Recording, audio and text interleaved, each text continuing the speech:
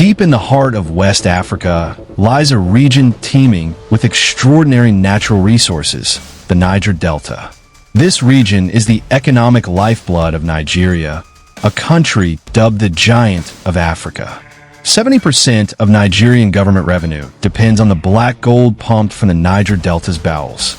Yet, if you walk through the villages of this region, you won't find luxury. Instead, you'll be greeted by a heartbreaking irony.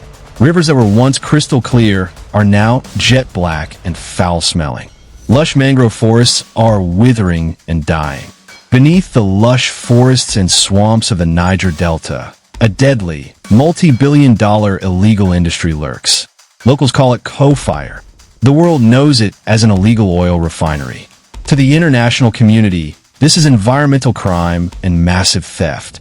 But for hundreds of thousands of impoverished Niger Delta residents who feel robbed by the government and multinational oil companies, it is their only means of survival. Today, we will delve into the dark side of Nigeria's illicit oil refineries, a vicious cycle of poverty, elite corruption, and ecological disaster.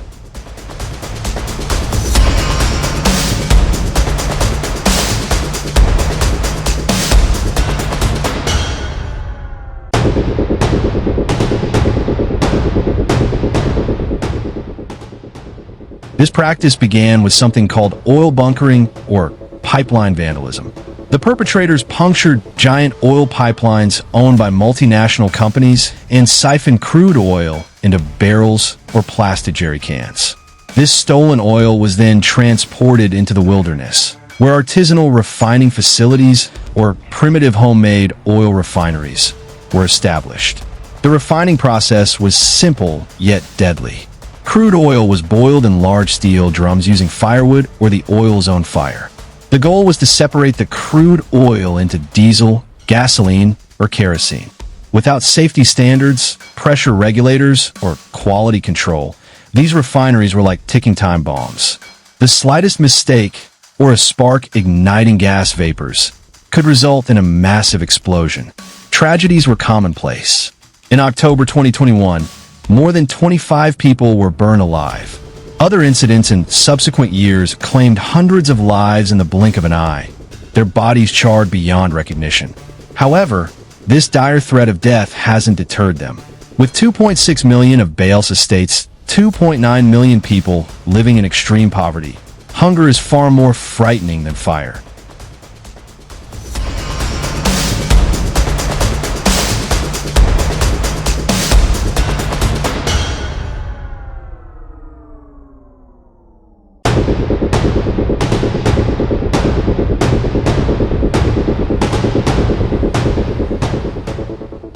The darkest side of this illicit industry isn't the oil, but the blood sacrifices. Suffocating poverty has forced children into toxic swamps. Reports from various watchdog agencies reveal a heartbreaking fact. Children as young as 10 are actively involved in these illegal refineries. They are employed in sacking, the task of packing refined petroleum products into plastic bags or jerry cans. Their tiny lungs are forced to inhale toxic smoke and chemical fumes daily. There is no medical access, no schooling. In the event of a fire, these children are the ones most vulnerable to escape.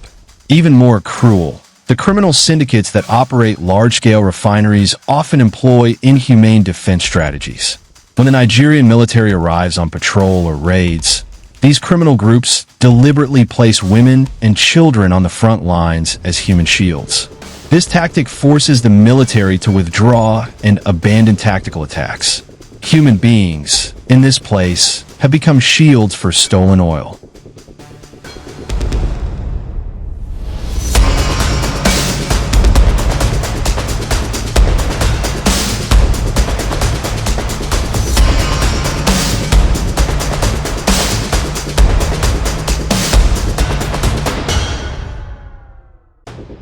Beyond the humanitarian crisis, the Niger Delta is facing an ecological apocalypse whose impacts will be felt for generations. The United Nations Environment Program, UNEP, has listed the region as one of the most severely polluted in the world. Untreated waste from primitive refining processes is dumped on land and in waters. Thousands of hectares of mangrove forests, such as those in the town of Bodo, have been destroyed and are expected to take 25 to 30 years to recover. Spilled crude oil seeps into the soil, destroying agricultural land.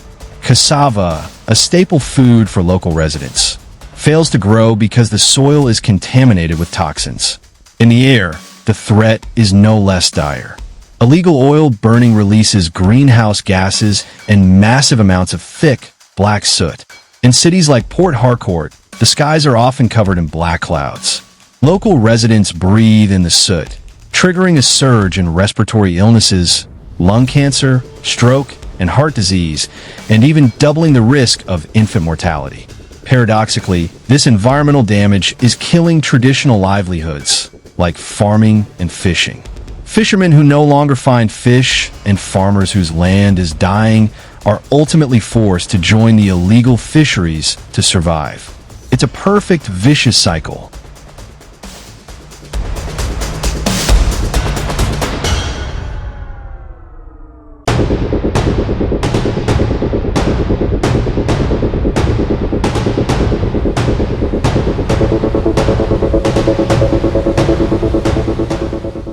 It would be a mistake to assume that these illegal oil refineries are simply a small-scale survival industry. They are an international, organized crime network. The Nigerian government estimates losses at 150,000 to 400,000 barrels of crude oil per day, equivalent to lost revenues of around 4 to 6 billion US dollars annually. This bloody oil is not only sold on the local black market, but is also smuggled onto large ships at sea to meet global demand. How can an operation of this magnitude continue undetected? The answer: institutional corruption. In-depth investigations reveal that such a large-scale operation could not have survived without the protection of those in power. There are strong indications of the involvement of high-ranking military personnel, local political figures, security forces, and figures from the oil industry itself. In many cases, security personnel are suspected of accepting bribes to protect these illegal facilities, provide intelligence on impending raids, or even secure the logistics channels for the stolen oil.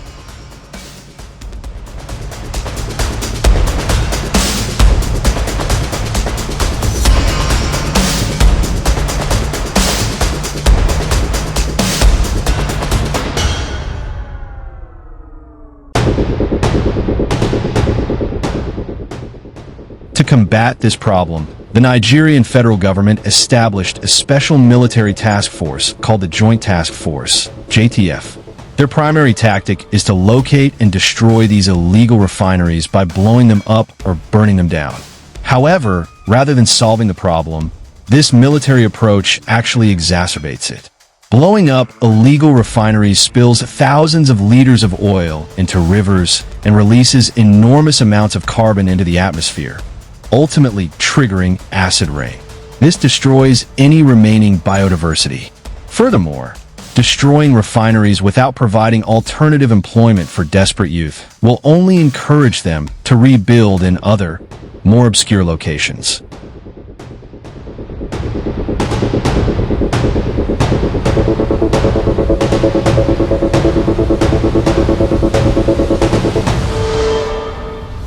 The dark side of Nigeria's illegal oil refineries is not simply a story of theft.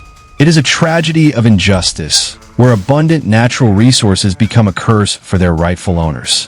As long as the root causes, extreme poverty, economic inequality, and corruption, are not addressed justly, the fires of these Kpo-fire refineries will continue to burn, blackening Africa's skies, poisoning the rivers of the Niger Delta, and silently claiming lives.